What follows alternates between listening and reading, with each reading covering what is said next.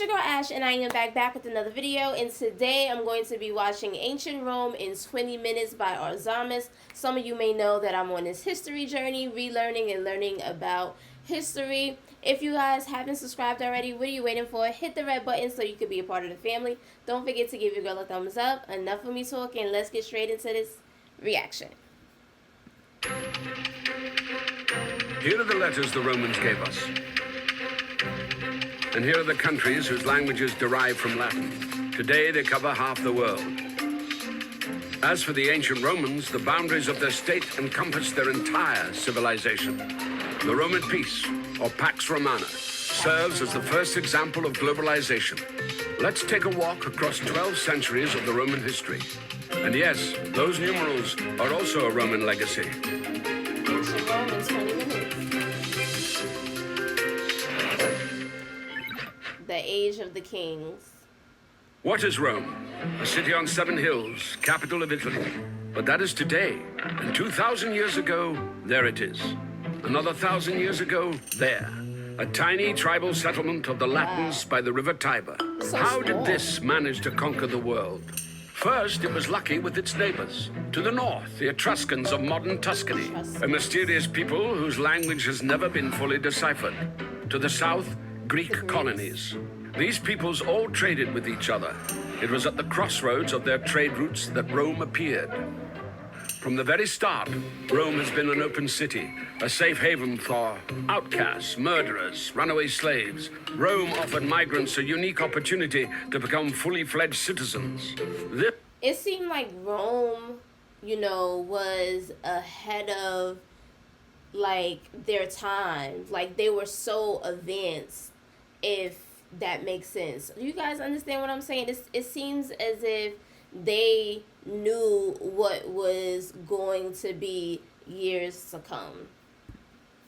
This will make Rome the largest metropolitan city of the ancient world. The Romans themselves believed they were descendants of refugees from the Middle East who had survived the Trojan War. Romulus and Remus were the great-grandchildren of the Trojan hero Aeneas. Nursed by an Italian she-wolf, the brothers quarreled where to site the future world capital. Is that really true? Is that story really true, that they were raised by she-wolves? Because I never really thought that story was true. Comment down below and let me know if that's a true story or if it's just like a myth. Romulus killed Remus, gave his name to the city, and became its first ruler.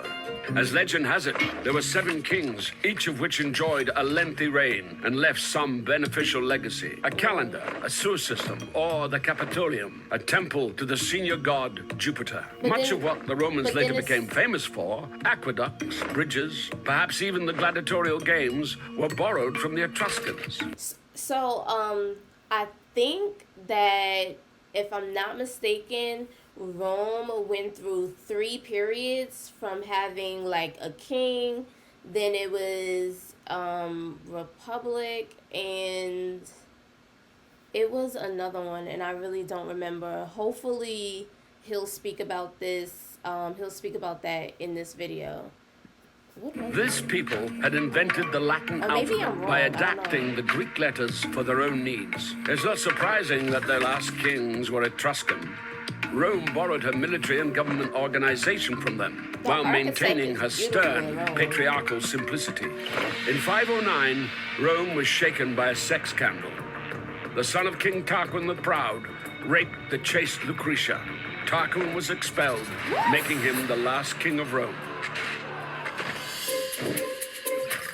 Oh, so that's how that happened. The Romans decided to prevent any such concentration of power ever again. From 509 onwards, they elected 2 consuls to serve a year apiece instead of a monarch. Why would he feel the need to have raped her? Like, that's crazy. He probably could have had any woman he wanted to. That doesn't even make any sense. The consuls were controlled by the Senate. This consisted of 300 fathers, patres in Latin, hence the term patricians. Those not so lucky to be born into the right families joined the plebs. Even if they were as rich as patricians, they were not entitled to take up positions in the state.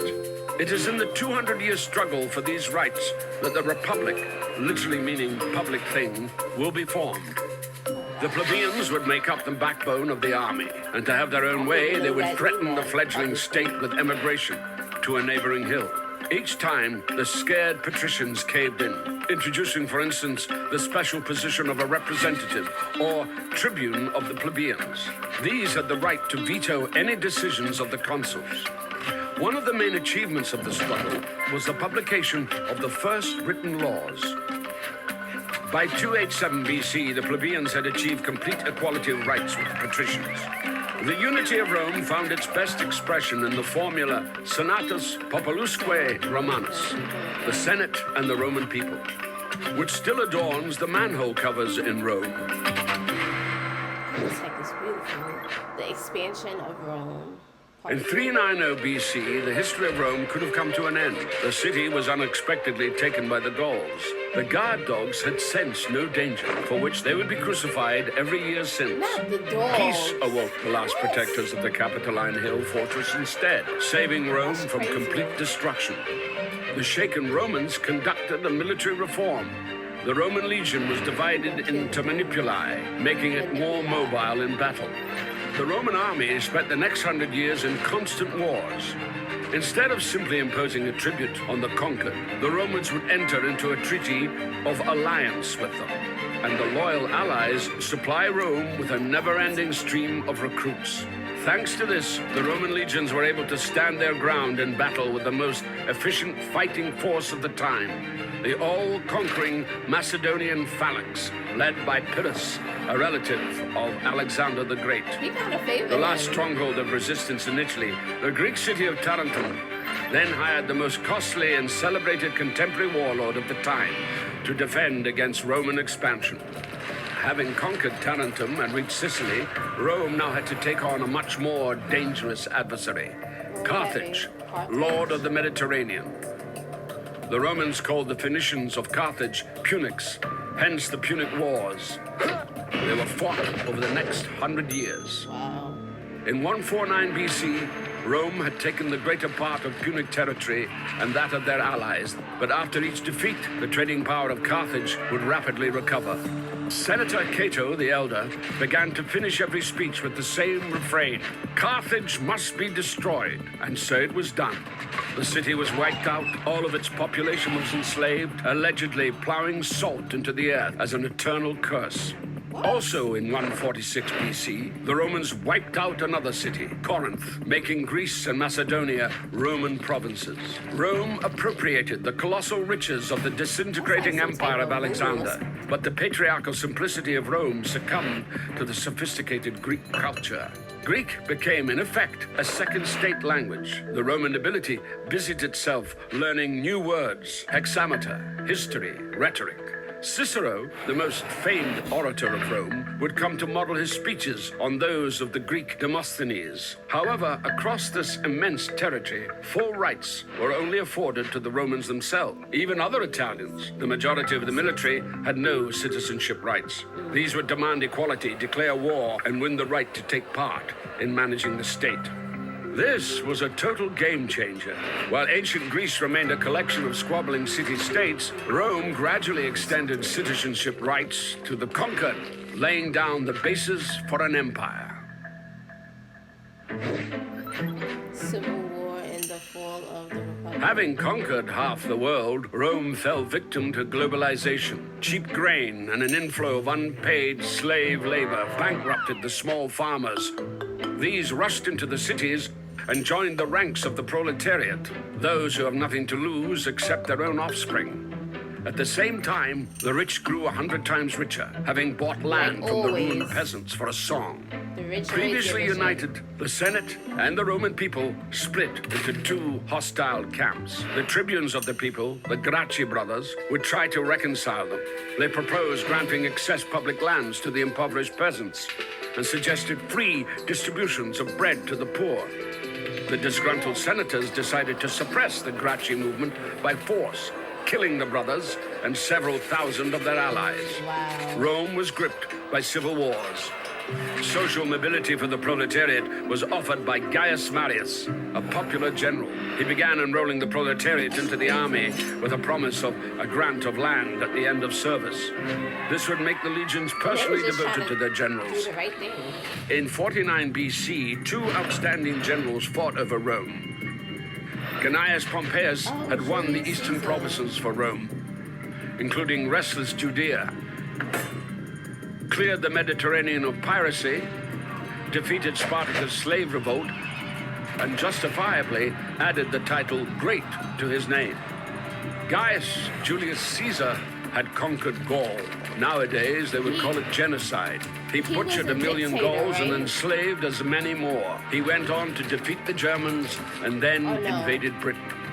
According to the law, a general had to dismiss his legions before returning to Rome, and in return have his moment of glory, a triumphal entry into the capital to the applause of the citizens. Caesar performed a hitherto unseen maneuver. He refused to submit to the Senate, and having crossed the Italian border, the river Rubicon, marched his legions to Rome. It would take him several years to defeat Pompey the Great and his other rivals, pitting Roman legions against each other. In the process, Caesar annexed new territories and gave Cleopatra the Egyptian throne. After a romantic cruise along the Nile, she would give birth to Caesarion, or Little Caesar. On his return, Caesar would add Imperator, or Emperor, to his name, a title originally meaning victorious commander, and gain control of all political positions: consul, tribune of the people, and dictator. Rumors spread that Caesar wanted to declare himself king. Conspiracy was brewing in the Senate, and Caesar was assassinated. Caesar left his wealth, quite unexpectedly for all concerned, to his grandnephew, 19-year-old Gaius Octavius. This Octavian immediately joined in the power struggle. In 31 BC, he defeated his last rival, the warlord Mark Antony, who likewise had an affair with Cleopatra. The lovers would take their own lives. Octavian was left sole ruler of a vast territory. Empire the Age. Julius Caesar ruled for 4 years. Octavian, assuming the title Augustus, meaning the Venerable or the Great, ruled for an endless 43 years. He didn't formally abolish the Republic.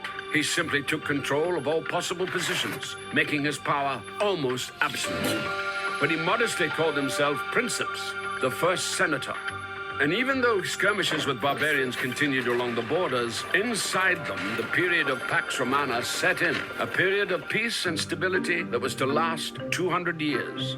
The empire experienced an economic upswing. Bread was distributed for free to 200,000 people. On Augustus' orders, a 500-meter basin was dug at the very center of the capital, where 3,000 gladiators mimicked sea battles on real seagoing vessels. In Rome, construction was booming. Concrete and multi-story districts were growing. Augustus had to introduce height regulations, limiting skyscrapers to 6 floors. And still the citizens were unhappy. They complained about traffic jams, pollution of the waters of the Tiber, and high rents. Oh my God. The golden century of poetry dawned. Maecenas, a quasi-minister of... It's like no matter what, you cannot make people happy. It doesn't matter. Like, people are just never satisfied, ever. Jesus Christ. Here he is, doing a good thing. The economic is booming, everything, and then people just find some reason to complain. The economy is doing great, and they still complaining. Culture allocated special grants to praise the value of the state. Temples would be built in the honor of Augustus, and even a month was named after him. Thus, the cult of the Roman emperors was emerging. They would come to be venerated alongside Mars and Jupiter. The architect is crazy. After Augustus' power became hereditary, the senatorial opposition has left us vivid portraits of the first emperors. Suspicious Tiberius unleashed terror under the pretext of the law on treason. Under this law, any action could be deemed offensive. It was enough not to sufficiently praise the emperor or pay at a brothel with coins bearing his portrait. In distant Judea, a preacher refusing to worship the emperor as God was crucified. Caligula wanted to make his horse a consul. A scholar and gourmet, Claudius, was too occupied with feasting and the reforming of the alphabet to keep an eye on court intrigue. One of his wives, Messalina, was giving women of easy virtue a run for their money in the brothels, and the other, Agrippina, poisoned Claudius with mushrooms to enthrone her son from another marriage, Nero. Nero, believing that he was a born actor, not an emperor, would later kill his own mother, and then allegedly the apostles Peter and Paul. Then he again allegedly set fire to Rome so as to read the verses on the fall of Troy during the blaze. He would accuse the first Christians of arson and initiated their persecution. And finally, he took his own life. Most details of this era are known from Tacitus, a historian and I'm shocked. Literally. I can't believe he did that. That was like a massacre. That's crazy. senator who observed the degradation of republican institutions.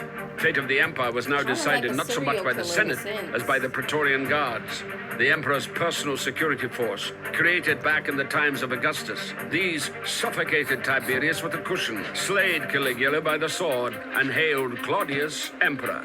Wow. In all fairness, at the same time, the empire grew, expanding into new territories. Roman legions conquered part of Britain, where they founded a town called Londinium. Provinces were given a transparent taxation system, and the non-Roman nobility began to enter the Senate en masse. A grandchild of an Italian peasant, Vespasian Flavius would become the founder of the next dynasty. Vespasian and Titus, suppressing the uprising in Judea, committed genocide, again according to modern-day, not Roman standards, and reduced the Temple of Jerusalem to nothing but the Wailing Wall. On a lighter note, Vespasian had a jolly good Roman predisposition. He taxed the collectors of urine at the public toilets. And Titus, the destroyer of Jerusalem, would nevertheless obtain the title of Merciful. After a splendid triumph, he opened the Colosseum for the people. Titus would be called the love and consolation of humankind. And after such festivities had depleted the public treasury, Vesuvius destroyed Pompeii, plague devastated half Italy, and Titus became a god. The height of the empire. The 2nd century would go down in history as the era of the good emperors. Trajan was considered by his contemporaries the best emperor ever. Rome became a million-strong city, and the empire reached its largest extent. Rome connected her new territories via a network of paved roads. This system still determines the transport map of Europe. After Trajan's conquest, Hadrian busied himself with defense, erecting massive fortifications in Britain and between the Rhine and the Danube. Pantheon was built in Rome, the first temple to be topped by a massive dome, a real architectural sensation of the day. I would love to see, the temples, because I hear like so much, so many good things, like about the architect and stuff like that. So that's something that's on my bucket list. That's something that I would love to do. I would love to see a lot of temples, a lot of cathedrals. I'm definitely interested, and I'm definitely interested in the architect as well. Dedicated to all the gods. Hadrian would also include his lover among them, the young Antinius. I know they very More of his images have survived than of any Roman. The last good emperor, the throned philosopher, Marcus Aurelius, would spend most of his reign on military expeditions. In between battles, he wrote his manifesto for Stoic philosophy, Meditations. The crisis of empire. It was under Marcus Aurelius' son, Commodus, that the Pax Romana, the Roman peace, came to an end. He preferred a gladiator's glory to the affairs of state. Conspirators had the emperor strangled by a fellow fighter, the slave Narcissus. Rome sank into chaos. The next 100 years brought a sequence of random emperors proclaimed by the army, taking their turn on the throne, or a liberated slave, a fortune seeker who bought the throne at an auction, General Punic Descent who would place statues of the former enemy, Hannibal, all over the They empire, went through so much. a Syrian priest of the sun, and a former shepherd who owed his popularity to his powerful physique. In 212, Emperor Caracalla, half North African, half Syrian, granted Roman citizenship to nearly all free subjects of the empire. The idea that you could be a Roman in Judea, in Africa, or any other corner of the empire at all might well be the main legacy of Rome still in use today. By mid-century, Rome was already in the midst of such a crisis that the whole provinces were starting to split off. The Gauls, for instance, proclaimed an empire of their own. Order would be restored by the son of a liberated slave, Diocletian. Having started his career as a soldier, he would end up an absolute monarch, an astonishing example of social mobility. Diocletian split the empire into four, with four co-rulers at four capitals, situated closer to the frontier. Rome lost its significance. The Senate became a town council. The country was now ruled by an army of officials personally reporting to the emperor. Thus, the ancient world, centered around the concept of a free community and free citizens, came to an end. From the princeps, the first senator, the emperor had become the dominus, a title by which slaves addressed their masters. The citizen became a subject, the warrior turned into a soldier, and the farmer a semi-serf. Diocletian himself resigned from the post of emperor 20 years later and went off to his estate to grow cabbages. The end of empire. After Diocletian's departure, the co-rulers were fighting for power. Constantine, the future Saint Constantine the Great, emerging victorious. Before the crucial battle for Rome, he allegedly had a vision of a cross. After this, he made all religions equal. After 300 years of persecutions, the Christians came out of the catacombs and were now entitled to build churches alongside the temples of Augustus and Mars. Constantine would take the cross from Jerusalem to the new capital of the Roman Empire, Constantinople. Theodosius I would make Christianity the official religion and begin to destroy the ancient temples. He would also be the last emperor of a united Roman Empire. His sons split the empire into west and east. The eastern half would live another 1,000 years and is known to us as Byzantium. The western part would fall victim to the great migration of peoples. Rome, founded by migrants, would fall to the onslaught of a new wave of refugees. Ironically, the last ruler of Rome would be called Romulus. Romulus.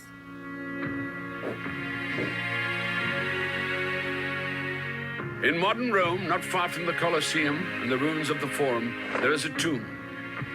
Its occupant was neither emperor nor senator, but a simple baker called Ulysses.